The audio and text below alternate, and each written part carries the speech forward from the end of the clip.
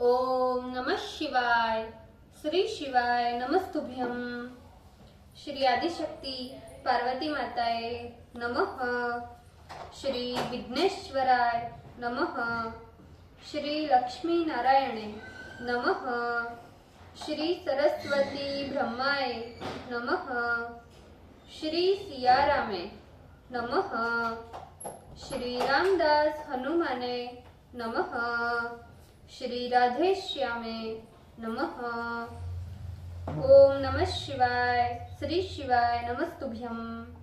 हे शिवजी, તમારી કૃપાથી હું આ શિવ પુરાણ વાંચી રહી છું અને મારી મમ્મી, બેન અને તમામ શ્રોતા શિવ પુરાણ સાંભળી રહ્યા છે।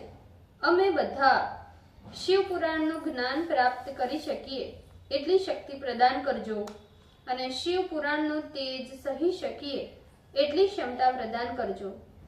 હે વિઘ્નેશ્વર ગણપતિ બાપા, તમે શિવ પુરાણના વંચનમાં આવતા તમામ વિઘ્ન હરજો। हे कृष्ण मनोहारिणी राधा जी, हे श्याम सुंदर, हे सिया राम जी, हे रामदास हनुमान जी, તમે શિવ પુરાણ સાંભળવા જરૂર પધારજો અને મારા હૃદયમાં સ્થાન ગ્રહણ કરજો। ઓમ નમઃ શિવાય। श्री शिवाय नमस्तुभ्यम। द्वितीय संहिता 16 अध्याय, पेज नंबर 343। ब्रह्मा एवं विष्णु के आग्रह पर शिव द्वारा विवाह की स्वीकृति। ब्रह्मा जी बोले, विष्णु आदि देवताओं के द्वारा की गई इस प्रकार की स्तुति को सुनकर सृष्टिकर्ता शिव जी हंसे। वे स्त्री सहित ब्रह्मा तथा विष्णु को आया देख यथोचित रूप से उनका कुशल प्रश्न पूछकर उनके आने का कारण पूछने लगे।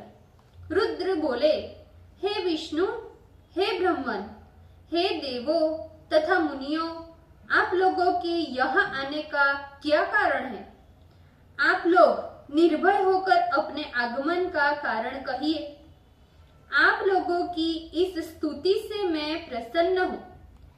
आप लोगों के यहाँ आने का क्या निमित्त है तथा मुझसे क्या कार्य है, मैं उसे सुनना चाहता हूँ। ब्रह्मा जी बोले, जब महादेव ने ऐसा प्रश्न किया तो विष्णु के द्वारा प्रेरित हुआ मैं सर्वलोक पितामह उनसे बोला, हे देवदेव, हे महादेव, हे करुणा सागर, हे प्रभु, हम दोनों इन देवताओं तथा मुनियों के साथ जिस कारण से आए हैं उसे सुनिए। हे वृषभ ध्वज, विशेष रूप से हम लोग आपके पास ही आए हैं क्योंकि आप ही हम लोगों के सहायक हैं।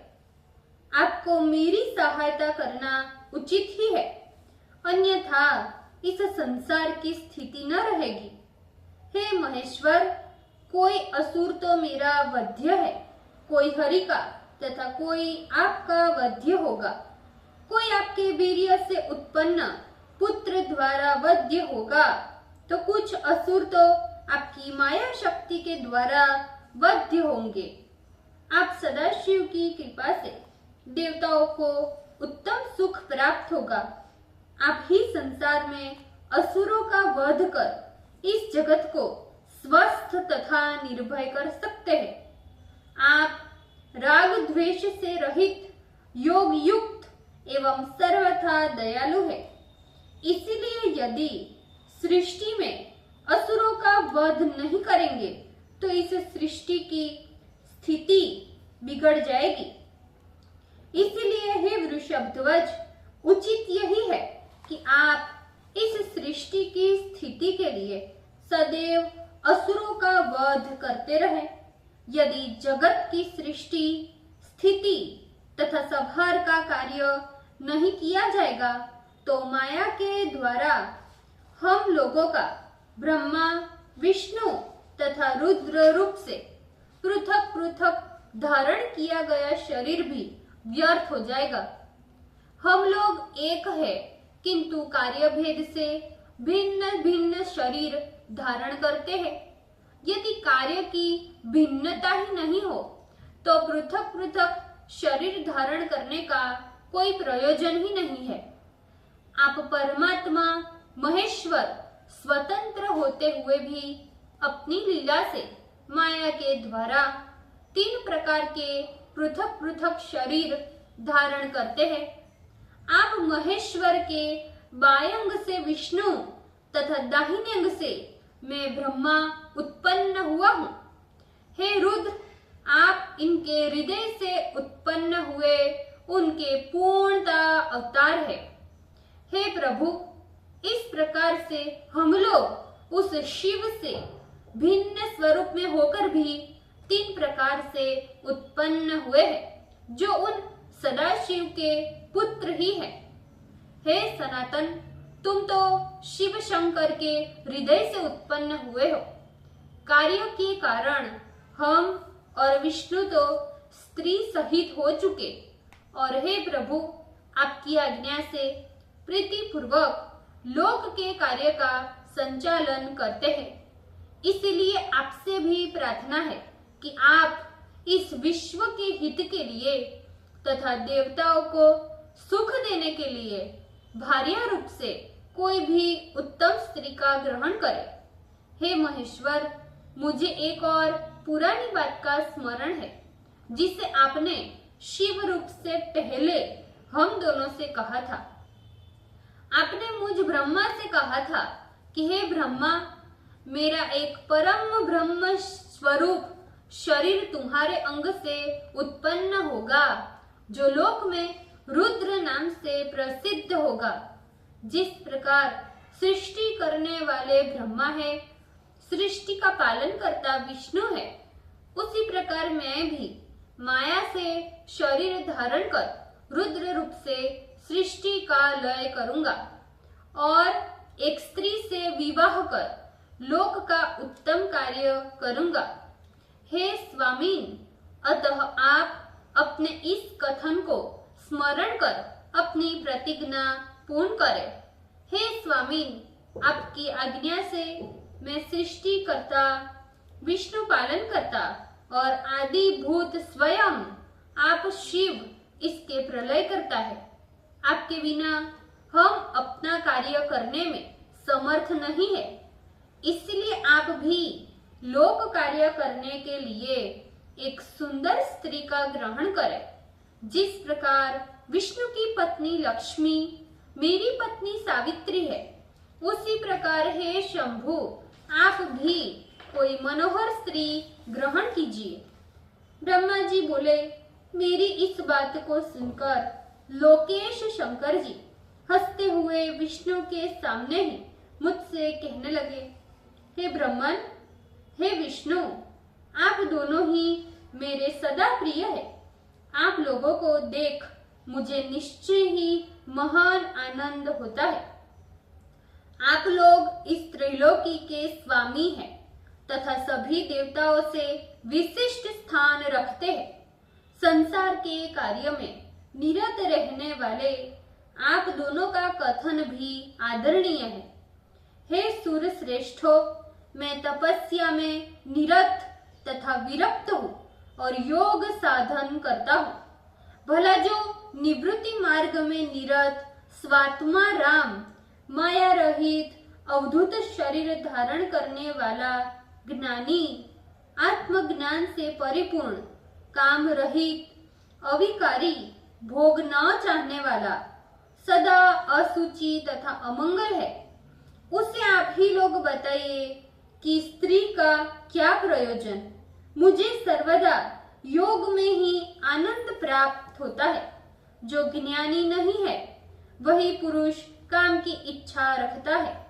संसार में विवाह करना दूसरे के अधीन होना है, इसीलिए मेरा विवाह करना तथा विवाह की इच्छा करना भी उचित नहीं है।